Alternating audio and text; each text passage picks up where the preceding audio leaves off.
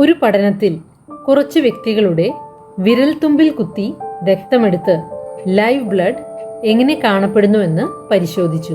ആരോഗ്യമുള്ള വ്യക്തികളുടെ രക്തം വളരെ സ്വതന്ത്രമായി ഒഴുകുന്ന നദിയിലെ വൃത്തിയുള്ള വെള്ളം പോലെ കാണപ്പെട്ടപ്പോൾ അൺഹെൽത്തിയായ വ്യക്തികളിൽ രക്തകണികകൾ ഒഴുക്കൊന്നുമില്ലാതെ പരസ്പരം ഒട്ടിച്ചേർന്നാണ് കാണപ്പെട്ടത്.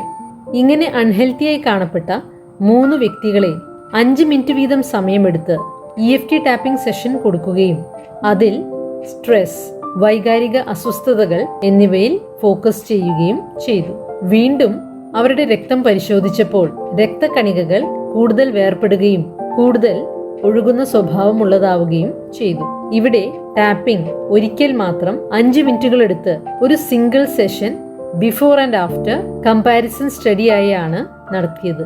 ഈ പഠനത്തിന്റെ ലക്ഷ്യം ഇമ്മീഡിയറ്റ് ആയ ഷോർട്ട് ടേം ചേഞ്ച് കൊണ്ടുവരുവാനുള്ള EFT ടാപ്പിംഗിന്റെ വൈദഗ്ധ്യം തെളിയിക്കുക എന്നതായിരുന്നു. ഇങ്ങനെ EFT ടാപ്പിംഗ് വളരെ പവർഫുൾ ആയൊരു ടെക്നിക്കാണെന്ന് മനസ്സിലാക്കാം.